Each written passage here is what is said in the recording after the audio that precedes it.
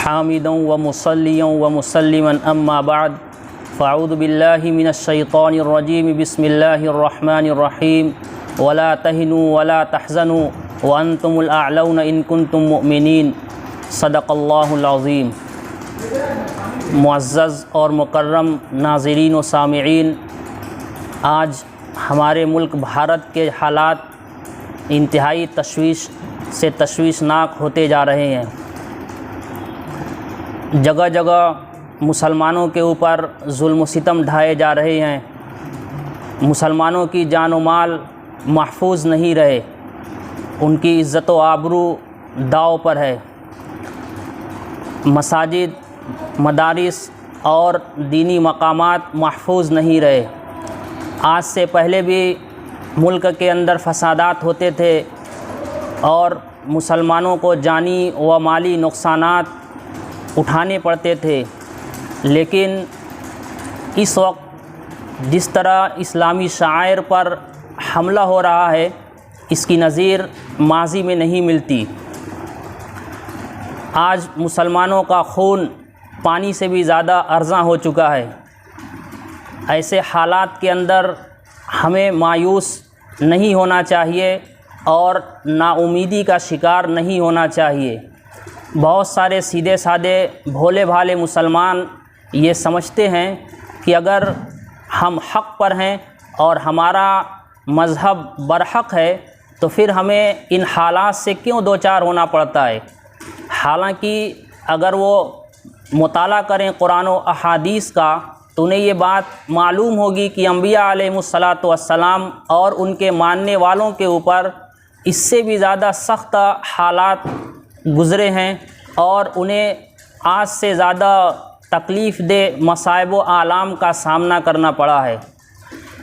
قرآن کریم کے اندر اللہ تعالیٰ نے بہت سارے انبیاء کا اور ان کے ماننے والوں کا تذکرہ کیا ہے اور انہیں جن مصائب و آلام سے دوچار ہونا پڑا ہے اس کا ذکر کیا ہے۔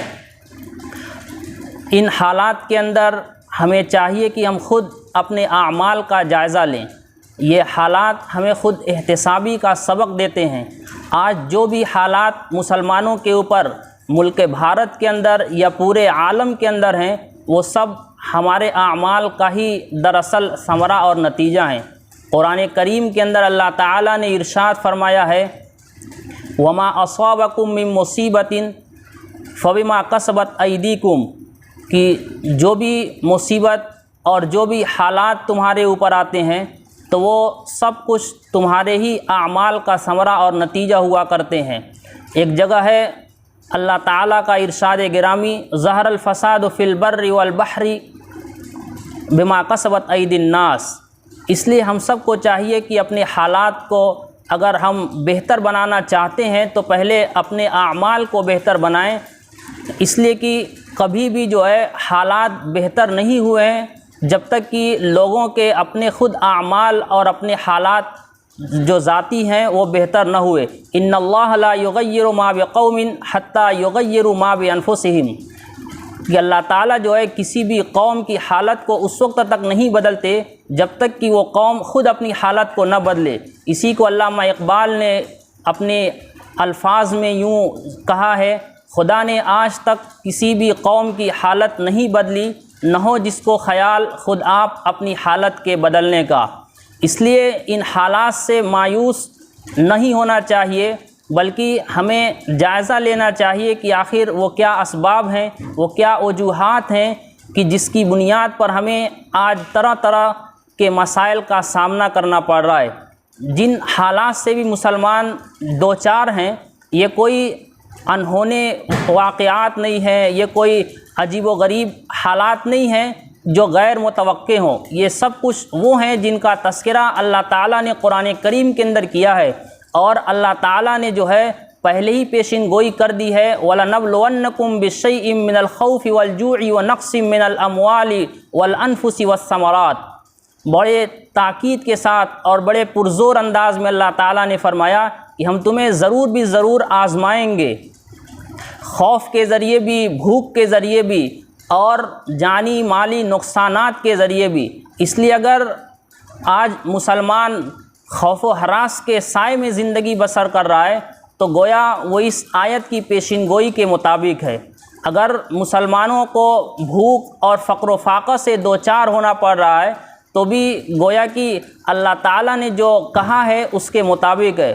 آج مسلمانوں کی جان و مال محفوظ نہیں ہے، مسلمان کی عزت و آبرو محفوظ نہیں ہے، تو گویا وہ اس آیت کے عین مطابق ہے۔ بہرحال ہمیں چاہیے کہ حالات چاہے جتنی بھی ناگفتبے ہوں ہمیں مایوس نہ ہوں، اس لیے کہ حالات کبھی بھی یکساں نہیں رہتے، حالات تو بدلتے رہتے ہیں۔ چنانچہ قرآن کریم کے اندر اللہ تعالیٰ کا ارشاد ہے تلک الایام نداولھا بین الناس۔ غزوہ احد کے موقع پر جب 70 صحابہ شہید ہوئے تو اس وقت مسلمان اور صحابہ بڑے مایوس ہوئے اور انہیں بہت افسردگی کا سامنا کرنا پڑا، تو ان کی مایوسی اور ان کی نا امیدی کو دور کرنے کے لیے اللہ تعالیٰ نے وحی بھیجی اور صحابہ کو گویا ایک طرح سے خوشخبری حضور کی زبانی دی گئی، لا تہنوا ولا تحزنوا وانتم الاعلون ان کنتم مؤمنین، کہ تم پست ہمت نہ ہو اور رنج نہ کرو، تم ہی سر بلند رہو گے اگر تم مومن کامل ہو۔ اس آیت کے اندر غور و فکر کرنے سے یہ بات ثابت ہوتی ہے کہ سربلندی اور عزت اور وقار یہ مومن کامل بن کر کے رہنے کے اندر ہے۔ اس لیے ہم سب مسلمانوں کو چاہیے کہ وہ جہاں کہیں بھی ہوں اور جن حالات کے اندر ہوں وہ سچے پکے مومن بن کر کے رہیں، تو انشاءاللہ سربلندی انہی کا مقدر بنے گی۔ وآخر دعوانا الحمدللہ۔